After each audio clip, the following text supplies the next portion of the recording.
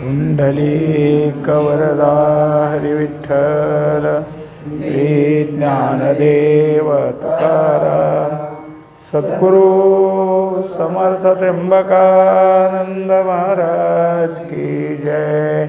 महाबुली ज्ञानेश्वर महाराज की जय। जगद्गुरु तुकाराम महाराज की जय। श्री गुरुदेव दत्त।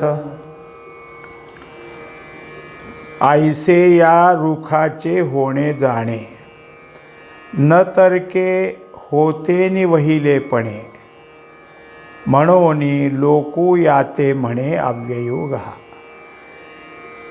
हा संसार वृक्ष हा अव्ययच आहे, अविनाशी आहे असा जो म्हणण्याचा अट्टास आहे त्याच्या संबंधी खुलासा चालू असलेली 121वी ओवी। आता चालू ओवीत सुद्धा सांगतात की हा जो काही वृक्ष आहे हा सगळीकडे दिसतो पुन्हा नाहीसा होतो, पुन्हा दिसतो, असं सारखं चाललं आहे त्याचं।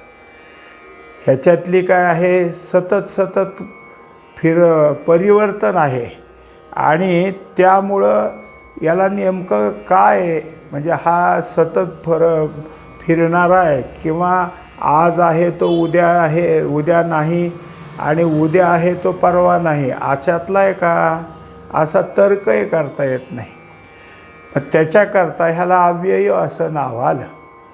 म्हणजेच हा अविनाशी, पण कोण म्हणोनी लोक याते म्हणती, म्हणजे कोण ज्यांना समजत नाही ते लोक म्हणतात संसार खरा आहे, संसार आहेच, आम्ही रोज बघतो आहेच। आता सगळ्या ज्ञानियानं सांगितलं की हा मिथ्या आहे, ते म्हणतात अहो आम्ही बघतोय ते झाडं घरं माणसं जशीन तशीच, ही मिथ्या कसं। एकंदरीत काय होतं की हा सतत काय आहे की ती जागा खुली नाही, त्याच्या जागेला दुसरं आहे, त्याच्या जागेला दुसरं आहे, म्हणून लोकांचा भ्रम असा होतो। एरवी दान शिवळू पुरुषू वेचकपणे संचको, तैसा अव्यय हा रुखू अव्ययो गमे। तैसा व्ययही हा रुखू अव्ययो गमे। आता जसे एक उदाहरण दिलं की दान देणारा एखादा असतो दानशूर, तो काय करतो, दान देत राहतो, पण योग असा आहे की जितकं दान द्यावं तर ज्याला सगळं दानच द्यायचं आहे तो मिळकत करताना अविधीने कसं करेल, कसे पैसे मिळवताना विधीनेच मिळवल। त्याच्या ठिकाणी काय आहे, सात्विक भावच आहे, तरीही त्याच्याकडं जेवढं दान दिलं त्याच्यापेक्षा जास्त येतं,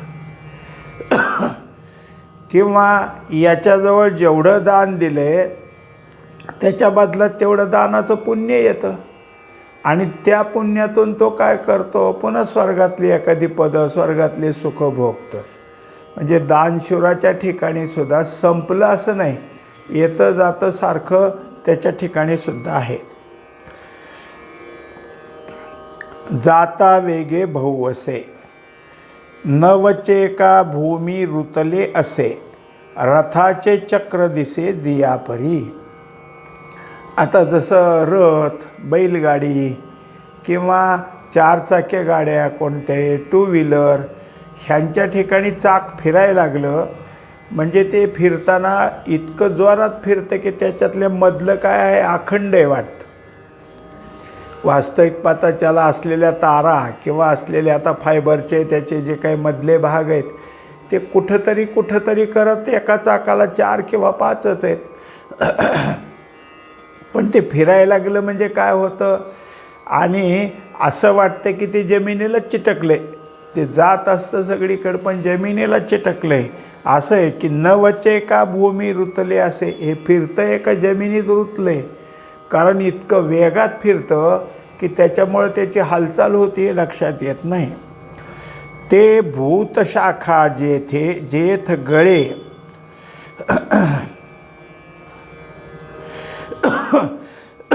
तैसे काळातिक्रमे जे वाळे, ते भूतशाखा जेत गळे, तेथ कोडीवरी उमाळे उठती आणिक.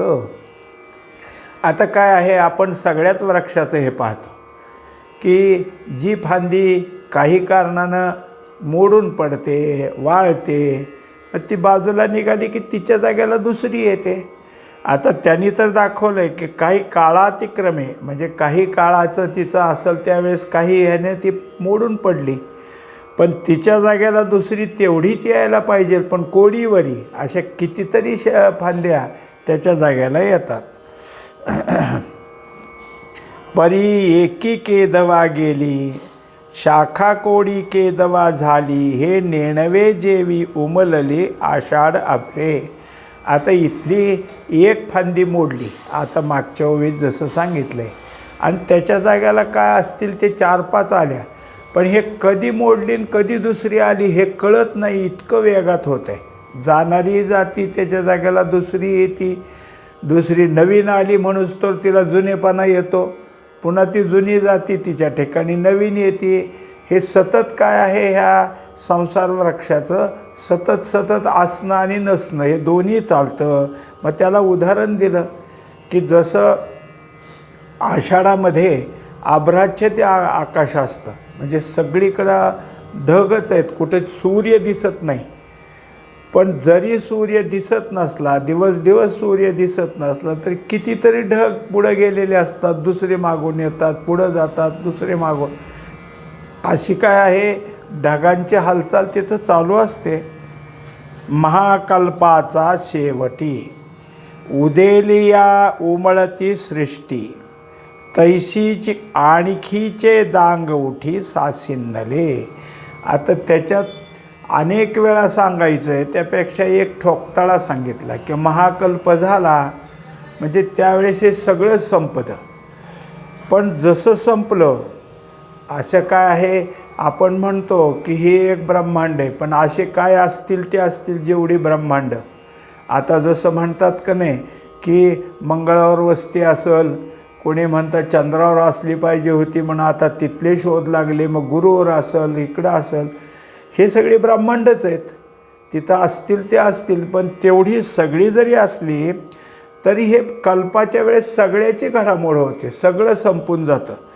पण दुसरं जेव्हा निर्माण होतं तेव्हा जसं एक झाड गेल्यावर अनेक झाडं यावीत, तसं त्यांनी सांगितलं ब्रह्मांडाचं असं अरण्याचे अरण्य येईल.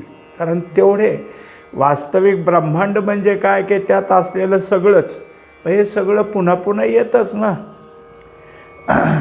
संहार वाते प्रचंडे, पडती प्रळयांतीची सालडे, तव कल्पादीची झुंबाडे पाहिले जती. मागच्यासारखी ह्या अगोदरच्या ओवीसारखीच ही पण ओवी आहे की जसा मोठा वारा सुटला कधी प्रळय काळायचा, त्यावेळेस हे सगळं संपतं जे काय असेल ते. तसं त्यांनी सांगितलं की हे जे काही संसार वृक्ष आहे त्याला असा जर काही मोठा वारा सुटला तर सगळे त्याची सालं निघून जातात, पण पुन्हा येते आणि नुसती एकाच जागेची साल नाही, पुन्हा फाटे तेवढे तयार होतात. मग त्यांनी सांगितलं एक फाटा नाही, झुमकेची झुमके, झुंबाडेची झुंबाडे पाळले जाते. अनेक फाटे त्याला फुटतात, अनेक त्या ठिकाणी काय आहे की हे सगळं संसार वृक्षाच्या शाखा. वास्तविक काय सांगायचं आहे की संसार वृक्ष आहे, पण त्याला हे सगळं जे काही आहे अनेकपण, सृष्टीतल्या अनेकपण आहे, प्राणी आहेत वेगवेगळे, आणखीन काय आहे की स्थावर काही आहे, हे एक प्रकारचे फाटेच आहेत. रिघे मन्वंतर मनू पुढे, वंशावरी वंशाचे मांडे, जैसी इक्षू वृद्धी कांडेनी कांडे जिंके जेवी. आता त्याला दुसरं उदाहरण आहे की जसा ऊस कांडेकांडेनी वाढत जातो, एक कांड्याच्या पुढं वरचं, त्याच्यावर वरचं, जेवढं काही त्याचं आहे तसं तो वाढत जातो आणि जिथं त्याला जाऊन पोहोचायचं तिथं थांबतो. पुन्हा तो ऊस गेला की दुसरा ऊस लावला की त्याचे कांडे वर वाढत जातात. तसं मनूपासून हे सगळं काय आहे मनुष्यसृष्टी झाली. मग जे जे काही असेल एका मनूचं राज्य त्याला मन्वंतर म्हणायचं. 14 मनू काय आहे पूर्वीचे प्रसिद्ध आहेत. आता त्याच्यानंतर ज्या मनूचं आत्ताचं राज्य असतं त्या मनूचं नाव येतंच. पण असे कितीतरी मनू आले गेले. शिवाय तुम्ही आम्ही सगळे आहोत. आपली वंशावळीत आपल्या पूर्वपुरुषापर्यंत पासून ते आत्तापर्यंत किती आपले बदल झालेत. हा वंश गेला, दुसरा आला, दुसरा आला, कितीतरी आपण आहोत. तर आपल्यातच आपल्या 4 पिढ्या, 2 पिढ्या, 3 पिढ्या आपल्याला अनुभवायला मिळतात. कुणी आजोबा पाहिलेत, वडील आहेत, आपण आहे, मुलं आहेत, नातूसुद्धा आहे, किती पिढ्या झाल्या ह्याच. असे कितीतरी सतत सतत चालू आहे. हे जसं दिसतं तसा हा संसार वृक्ष सतत असलेला दिसतो. कलियुगांती कोरडी, चहुयुगांची साले सांडी, तव कृतयुगाची पेली देवडी पडे पुढती. आता परत दाखवलं. म्हणजे किती उदाहरणं द्यावीत की संसार आहे असा का भासतोय, याला आहे आहे का म्हणतात, कारण हे अशा तऱ्हेच आहे. मग त्याने असं दाखवलं की हा जो काही आत्ता चालू असलेला कलियुग आहे त्याच्या अगोदरची युग आली आणि गेली. जे काही पहिल्या कृतयुगापासून आली आणि गेली, आता कलियुगही जाईल की पुन्हा कृतयुग येईल. असं सतत युग युग फिरत फिरत जाणारे आहेत. आणि त्याच्या ठिकाणी परत अजून आहे एक काही 4 युग आपण मानतोच आहेत. आपल्याला त्यांची नावं माहिती.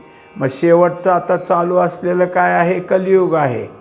संपलं म्हणले, आता ह्याच्या पुढे युग उरलं नाही, नाव त्याचं संपलं. पुन्हा कृतयुगापासून सुरुवात होईलच. पुन्हा कलियुगापर्यंत यायचं की परत तिकडं. हे सारखं चक्र चालू आहे. वर्तते वर्ष जाये, ते पुढीला मुळाहारी होय, जैसा दिवसू जात की येत आहे हे चोजवे ना.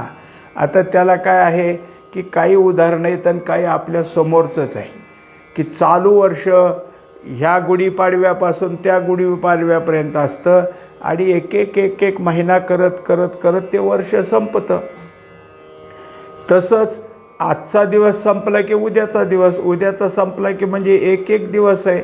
एखाद्या उगाच विचार करणाऱ्याने वर्षाला विचारलं म्हणा, दिवसाला विचारलं, अहो का चालला तुम्ही थांबा ना. ते म्हटलं दुसऱ्या वर्षाला येऊ द्या की, म्हणून चाललो मी. ह्या दिवसाला विचारतो म्हणतो दुसरा दिवस येणार आहे म्हणून मला जायचं आहे. हे जसं चक्र चालूच आहे. कितीतरी दिवस आहेत, पुन्हा त्याच्या पाठीमागं आठवडे जातात, महिने जातात, वर्ष जातात, असं अखंड आहे. हे ज्यांचे ज्यांचे काही वर्ष आता वय झालेलं आहे त्यांना माहिती की इतकी वर्ष मागचे आम्ही अनुभवलेली आहेत. आता पुढं जेवढं काही वय आहे तेवढ्यात त्याला ते वर्ष अनुभवायला येणारच आहेत. हे सतत जसं फिरतं आहे तसंच आहे. हेही चक्र आहे. जैसा वारियाचा झुळका, सांदा ठाऊवा नव्हे देखा, तैसिया उठती पडती शाखा नेणो किती. आता वारा सुटला म्हणजे काय होतं की कधी कधी असे नुसता वारा नाही, झपके असतात. एकदम जोराचा येतो, पुन्हा त्यानंतर येतो. पण हा पहिला आलेला वाऱ्याचा झोस कुठं थांबला, कुठून त्याचं शेवट आला आणि नंतरचा कुठं चिटकला हे कळत नाही. कारण वारं व्हायला लागलं म्हणजे यातला जो काही आहे पहिली लहर त्याला चिटकलेली दुसरी लहर हे कळत नाही. इतकं एकामागं एक एकामागं एक वाऱ्याच्या लहरी जशा सुटतात तसं या असलेल्या संसार वृक्षाच्या फांद्या पुन्हा पुन्हा होतात, पुन्हा संपतात, पुन्हा होतात. हे सतत चालू आहे. एकी देहाची दिरी तुटे, तव देहांकुरी बहुवी फुटे, ऐसेनी भवतरू हा वाटे अव्ययो ऐसा. तेव्हा आता एक दिसतं की जसं एखादं गाव आहे, हे सगळं ब्रह्मांड किंवा जगत तर राहू द्या, आपल्यासमोर एक गावच धरू आपण. आत्तापर्यंत आपल्या अनुभवापर्यंत कितीतरी लोक गेले, मृत्यू पावले. कितीतरी प्रत्येक घरातला हा गेला, त्याची बाई गेली, दुसरा गेला, ते गेले, असं कितीतरी आपण पाहतो. पण त्या घरात सगळेच संपले असं होत नाही. पुन्हा 4 येतात, 2 जातात, 4 निर्माण होतात. हे जसं चक्र चालूच आहे. मग एक देह गेला तर दुसरा देह येतोच, कदाचित दुसरा, असं अखंड चालू आहे. म्हणजे मग मृत्यू आहे तर जन्मही आहे, मृत्यूबरोबर जन्माचंही चालू आहे. मग जन्म मृत्यू हे सतत चालू आहेत. आणि जसा मृत्यूत एक जण गेला तर जन्मात एकच येतो असं नाही, कधी कधी जुळं पण येतं. म्हणजे आणखीन त्यात एक संख्या वाढत चालली. हे सगळं असं काय आहे की या सृष्टीतलं आहे. जैसे वाहते पाणी जाय वेगे, तैसेच आनिक मिळे मागे, तेवी असंतची असी जे जगे मानिजे संत. आता याप्रमाणे हे जे काही आहे, एखाद्या नदीचं पाणी ते सतत वाहत असतं आणि ते पाहत असताना आपल्याला असं वाटतं की हा प्रवाह संत आहे, म्हणजे चालला आहे, स्थिर आहे. स्थिर नाही, तो जिथं उतार जास्त असेल तिथं तो जोरात वाहतो आणि जिथं उतार कमी तिथं हळू का होईना पाणी पुढं पुढं जातच असतं. हे सतत फिरणारं पाणी प्रवाहात सतत जाणार आहे, पण पाहणाऱ्याला मात्र ते थांबले असं वाटतं. ते काय आहे, पाणी स्थिर आहे, कारण प्रवाह जितका कमी वेगात जातो तितकं पाणी स्थिर आहे असं वाटू लागतं. का लागोनी डोळा उघडे, तव कोडीवरी घडे मोडे, ते नेणतया तरंगो आवडे नित्यो ऐसा. त्यात एवढंच आहे की किती क्षणिक हे जे काही संसार वृक्ष सांगायचा आहे तो किती क्षणिक आहे, कारण अगोदरपासून सांगितलं हे क्षणिक आहे. किती क्षणिक आहे हे सांगण्याकरता सांगतात, तुमची पापणी बंद होईल आणि उघडेल. म्हणजे सतत आपल्या पापणीचं काय उघडझाप असतेच, मग एकदा बंद झाली आणि उघडली तेवढ्यात हे किती वेळा तरी बदललेलं असेल. म्हणजे जे काही बदलतंय पुढं ते निमिषात कितीतरी बदल होतो, एका मिनटाचा किंवा त्याचा नाही तर सतत बदल असल्यामुळं याच्यात सतत नवीन येतं आहे, जुनं जातं आहे, नवीन येतं आहे, पण इतकं जोरात आहे ते. त्यामुळे ह्याच्यात काही संपलं आहे, इथं काही थोडंसं आता कमी पडलं आहे असं होत नाही. ते नेणतया तरंगो आवडे नित्य ऐसा. आता त्यांनी दिलं स्पष्ट, ते नेणतया म्हणजे हे ज्याला कळत नाही त्यांना हे वाटतं सत्य आहे, हा संसार सत्य आहे. त्यांना असं वाटतं की हा संसार अविनाशी आहे, म्हणून त्याला अव्यय शब्द आहे. जे काही अव्यय शब्दाचीच आत्ताची चाललेला खुलासा आहे. का सांगितलं अव्यय, तर असं वाटतं आम्हाला. का वाटतं तर आम्हाला समजतच नाही. आम्हाला आहे तेच वाटतं, आहे तेच वाटतं, आमच्यात वाटत नाही किंवा पहिलं गेलं निघून नवीन आलं आहे असं काही नाही.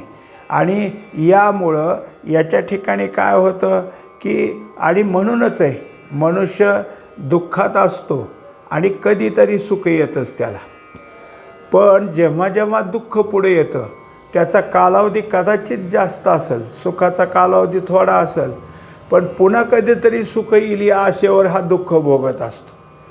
पुन्हा थोडंसं सुख आलं की त्याला वाटतं आहे की सुख, आणि अजून लगेच दुःख येतं. दुःख आलं की त्याला आणखीन वाटतं आता काय होईल ना, दुःखाचा दिवस सरकतील, येतील. हेच आमच्या ठिकाणी काय आहे, आशा आहे. आणि आशेनं आम्ही ह्याला काय आहे सतत आहेपणा देत बसलो. याच्या ठिकाणी आहेपणा हेच नाव दिलं आणि तेच आमच्याजवळ काय झालं, न कळण्याचं झालं. वयसा एके बुबुळे, दोहीकडे डोळा चाळीता अपाडे, दोन्ही आथी ऐसा पडे भ्रमू जेवी जगा. आता त्याच्यामध्ये काय आहे की असं सांगतात की कावळ्याला बुबुळाच्या ठिकाणी जी काही दृष्टी ती एकच आहे, म्हणजे बुबुळच एक आहे. मग क्षणिक थोड्या वेळात या डोळ्याकडे की थोड्या वेळात त्या डोळ्याकडं त्याचं जातं, पण तो इतक्या वेगात इकडं पाहतो की त्याच्यामुळं याच्या ठिकाणी अशा प्रकारचे दोहीकडचं एकच बुबुळ आहे असं वाटत नाही. कावळ्याकडं निरीक्षण जर केलं आपण तर कित्येक वेळा कावळा अशी वाकडी मान करून इकडं पाहतो, पुन्हा मग कधीतरी इकडचे मान अशी करून इकडं पाहतो. याचा अर्थ त्याला पाहण्याकरता निर्माण झालेलं त्याच बाजूची दृष्टी असली पाहिजे. तिकडे गेलं आहे बुबुळ, पण असं त्याच्याकडं पाहत राहिलं तर असं वाटत नाही की या डोळ्यात आत्ता नव्हतं, या डोळ्यात आहे, त्या डोळ्यात नाही. मग ह्या अखंड फिरत असल्यामुळं दोन्ही डोळ्यानं तो पाहतो असं वाटत राहतं. पै बिंगोरी निदिये पडली, ते गमे भूमीवरी जैशी जडली. आईसा वेगातिशयो भुली, हेतू होय. आता जसं भिंगरी फिरवायला लागले म्हणजे इतकी वेगात फिरती की ती जमिनीत उभी, वाकडी तिकडी असणारी, बारीकसं टोक असणारी भिंगरी पण एका जाग्याला उभी असं वाटतं. पण ती उभी राहिली, एका टोकावर कशी उभी राहिली तर फिरती म्हणून उभी राहिली. ती जर फिरत नसती किंवा फिरायची थांबली तर लगेच खाली पडेल. पण उभी का राहिली तर सतत फिरती, असं वाटतं की जमिनीला चिकटलीच आहे, जमिनीला चिकटून उभा आहे. आईसा वेगात अतिशय भुली, म्हणून ती इतक्या वेगात असल्यामुळं आपल्या ठिकाणी त्याची भूल पडते. हे बहु असो झडती, अंधारे भोवंडिता कोलती, ते दिसे जैसे आयती चक्राकार. आता आणखीन एक उदाहरण दिलं. जेवढी उदाहरणं आपल्यापुढं हा अव्यय नसून तुम्ही का समजताय ह्याला अव्यय हे सांगण्यासाठी इतके दिले. आणि सगळी उदाहरणं काही कुठले कल्पनेतली नाही काढली, आपल्या दृष्टिक्षेपातले, समोर अनुभवातले. आता इथे उदाहरण दिलं की एखादी उदबत्ती आणि ते हातात धरून गरा गरा गरा जोरात फिरवायला सुरुवात केली तर संपूर्ण असं वलयच निर्माण झाले, वर्तुळ सगळं निर्माण झाले असं वाटायला लागतं, कारण ते सतत फिरतं आहे. मग एक चक्रच आहे आम्ही हातात धरलेलं, एकच उदबत्ती पण चक्राकार झाली असं वाटू लागतं. हा संसार वृक्षो तैसा, मोडितू मांडितू सहसा, न देखो नि लोको पिसा अव्ययो मानी. आता अशा प्रकारचा आहे संसार वृक्षाच्या ठिकाणी सतत आहे घडामोड. आणि जेवढं काही समोर दिसतंय ते सुद्धा काय करतं आहे, ते सुद्धा काळाच्याच घशामध्ये चाललं आहे. काळ सारखं ह्याला गिळून पुन्हा आहे, घडी घडी काळ वाट याची पाहे. हे सतत काय आहे की काळ त्याच्या पाठीमागं लागलेला आहे. आणि त्यामुळं हे 3 प्रकार होतात, उत्पत्ती, स्थिती आणि लय. हे तरी का झालं तर संसाराचं असं सतत फिरतं आहे, त्याच्यात उत्पत्ती पण अखंडच आहे, स्थिती पण अखंड आहे आणि लय पण अखंड आहे. असं सगळं सतत असल्यामुळं आम्हाला कळत नाही. न देखो नि लोको पिसा अव्ययो मानी. पिसा म्हणजे ज्यांना समजतच नाही, वेडाच. हे जे वेडे लोक आहेत ते ह्याला कायमचा मानतात, सत्य मानतात, अविनाशी मानतात. पण हा असा नाही, हा सतत फिरणार आहे.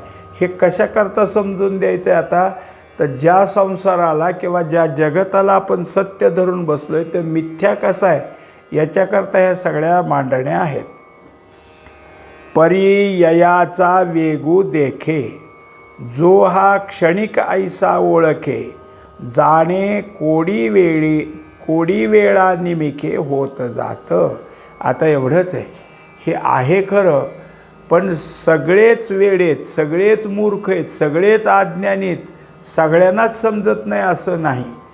ज्यांना समजतंय असे जर कोणी असतील तर त्यांच्या ठिकाणी लक्षात येतं की हे क्षणिक आहे, हे आहे पण दिसतंय तरी क्षणाक्षणाला बदलणार आहे. मग त्याच्यामुळं याच्या ठिकाणी क्षणभंगुरता आहे. आणि ही क्षणभंगुरता ज्यांच्या ठिकाणी हे जाणीवेत आलेली आहे ते म्हणतात की हे बदलतं परत येतं, बदलतं परत येतं. आणि ह्यांचा बदल ह्यांचं एवढं आहे की त्याच्यासाठी त्याला इतका कमी वेळ आहे, त्याचंच नाव क्षण. क्षण म्हणजे केवढा असतो, थोडासाच.